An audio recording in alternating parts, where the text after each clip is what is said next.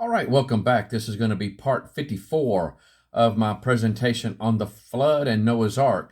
Now, in this one here, it's not so much a fossil graveyard as in bones and skeletons, stuff like that.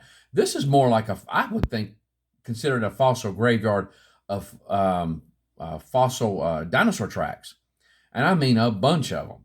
And what is really amazing is I want you guys to now, this came from a secular source. That means there's no religious affiliation.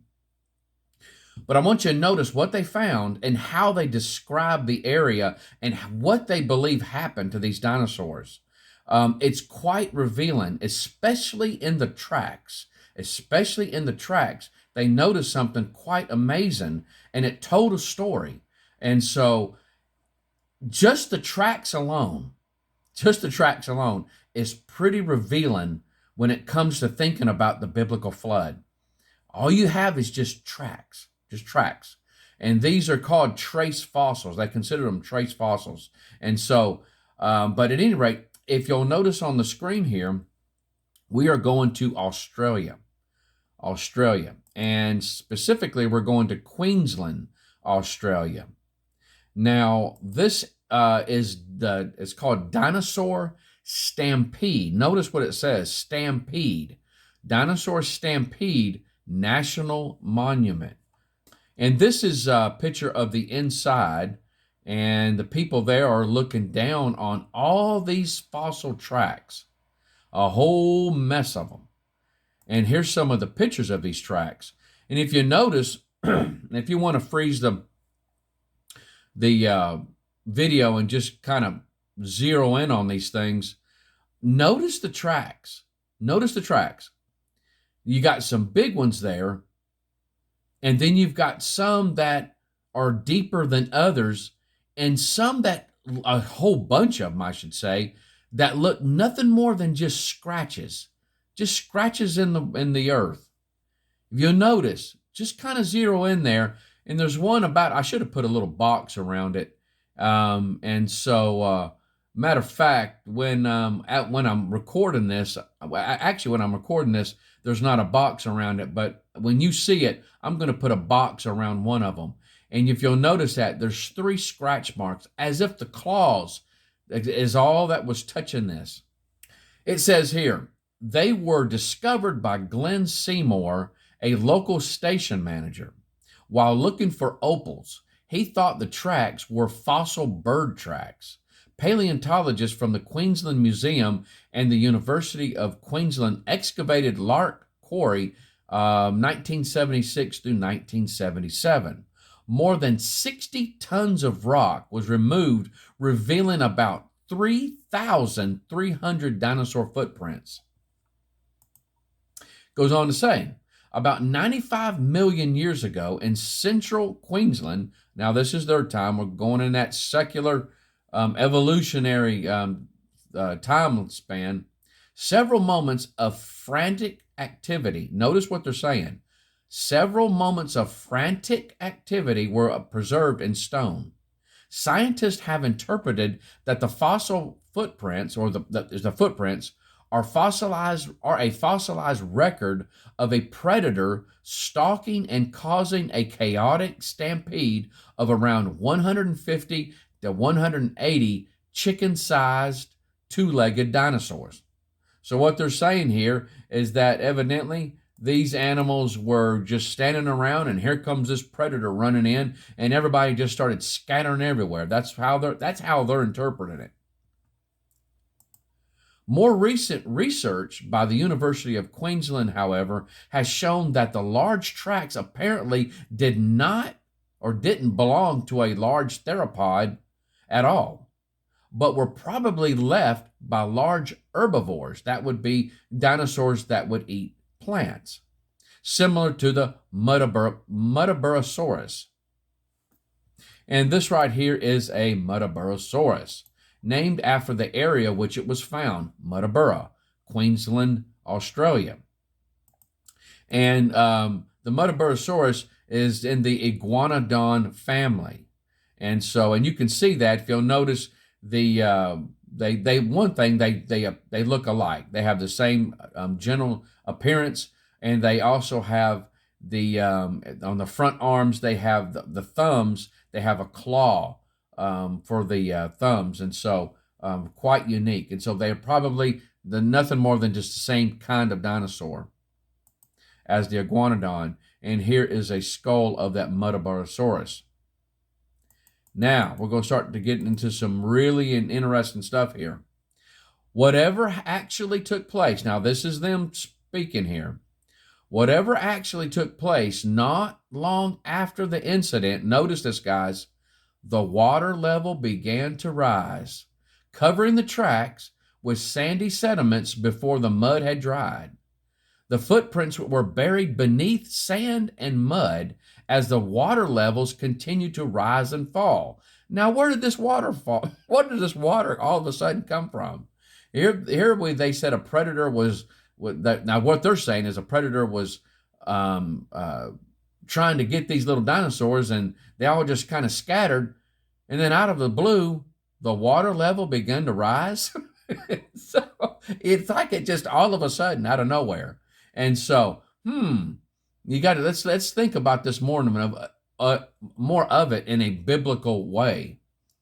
Here we go. Footprints average depth. So you can see that again. Notice the more heavier dinosaurs left a deeper print, but notice those little scratch marks. Those little scratch marks. We're going to talk more about that here in just a minute. Here again, you can see that. And if you look closely, guys, there are scores and scores of those little scratches in the earth. Again, just scratches. Now, what has been interpreted, the little scratches, is the water is rising and causing these dinosaurs to lose ground. And they're trying to get ground. So what they're doing there, if you noticed in that box there, they're just barely touching the ground, and they're just leaving little scratch marks. Now, what's happening because of the water, and the water is bringing in new material and new sediments, these tracks are getting buried. They're getting buried, and those tracks are going to be preserved. As long as they have a different type of material over on top of them, those tracks are going to get preserved, and they're going to fossilize, and then that's what they see now. It's as if they could see by these tracks that the dinosaurs were being, the water had came in and overtook these animals, and they were rising. They were losing ground. And trying to get a foothold. They were reaching down to try to get a hold of something, and that some of them got a little bit deeper than others, but they were leaving just traces, little scratches their claws were making. Now, let's go back. Let's go look at something that Immanuel Velikovsky said in his book, Earth in Upheaval. Now, I'm not going to go into Immanuel Velikovsky. You guys that have been following my presentations, you ought to be pretty much well acquainted with this individual. But he said something very revealing in his book about fossilized tracks. Wherever footprints in the ground dating from historical or prehistoric times are found, we may assume that most probably a catastrophe took place when these vestiges were left or very shortly thereafter. Now notice what he says, catastrophe. If a catastrophe was in progress or was threatening, the animals must have been in terror and flight. The footprints actually show that the animals in most cases were fleeing, waiting, or loitering about. Sometimes the configuration of the impressions indicate that an animal was indecisive, probably trapped by some peril closing in from all sides. So you remember what that article was stating, that they took it as a predator was coming around them, and these animals just started scattering everywhere.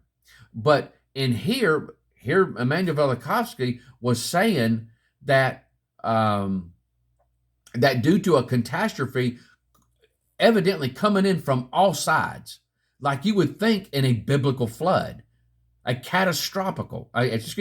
historical catastrophic biblical flood, that could, in the same way, cause these animals to do that. And we know that by the evidence, because even the secular scientists were saying that these animals were overtaken by water. Were overtaken by water because it appears as if they had their claws were just barely touching the ground and leaving scratches as they were being taken from it, and then new sediments were brought in to preserve these tracks. Now, going on with Immanuel Velikovsky, the animals that were in flight for their lives may have succumbed a few moments later, crushed or buried in the disaster. The ground was swept by driven sand and ashes, or covered by lava or asphalt, or cement, or fluid silicon, then possibly covered by floods, and the imprints in the heated soil that was baked to stone have survived to the present day. Now, let me just stop here for a minute. Immanuel Velikovsky is not talking about these tracks in Queensland. He's just speaking in general when you find fossilized tracks of animals. This is what they normally see. So it is that we do not find tracks of animals that peacefully walked 100 or 300 years ago, but we do find traces and vestiges of animals that walked and ran many thousands of years ago. And I do agree with them on that thousands of years ago, instead of the millions of years ago that you'll hear from secular scientists. Now, I will say this. This is just stating. Now, I've seen actual interviews of Immanuel Velikovsky. He doesn't claim to believe the Bible, but he does take a lot of the things in the Bible and kind of correlates it with historical records from all other cultures around the world. And so, but he said that he didn't go into it to try to prove the Bible. It's just that a lot of the things that were in the scriptures can be proven by just other cultures and stuff like that. Certain events that the Bible talks about. And so that we're really going to see that when we get into flood legends, or what you would call flood myths or flood legends. We are really going to see that. And so get ready when I get into that block to have your plates full. Now, these are just some of the books that you can get on audiobooks. I have these books on audiobooks. They're very good. If you go to www.audiobooksnow.com, you can get these three. Last that I looked, you can get these three here. Fascinating books, my friends. Fascinating books. You definitely want to get something like this. It is really good to have for those of you biblical historians or creationists. I tell you, the things that he talks about in these books, many of the things, especially earth in upheavals and worlds in collision, you ain't seeing nothing. A lot of it, what he shows in here, ain't nothing but evidence for the flood. And so, but we're going to stop right there. Just take this, chew on it. We're going to continue on. This is kind of a little bit different than what you would consider a fossil graveyard, as far as like fossil of bones and skeletons. But then again, when you've got 3,300 dinosaur tracks, and looking at it in the eyes through a biblical worldview, you're looking at it with the historical flood account, you can see, because even the secular scientists admit that these dinosaurs, it looks as if that they were lifted by water, and they were just barely getting just enough just to scrape away, and then they were just gone. They're washed away. And then sediments came in and they had laid over that. And so fascinating evidence to see. But you guys take care. We'll see you next time. I love you. I hope the Lord blesses you real good. Bye-bye.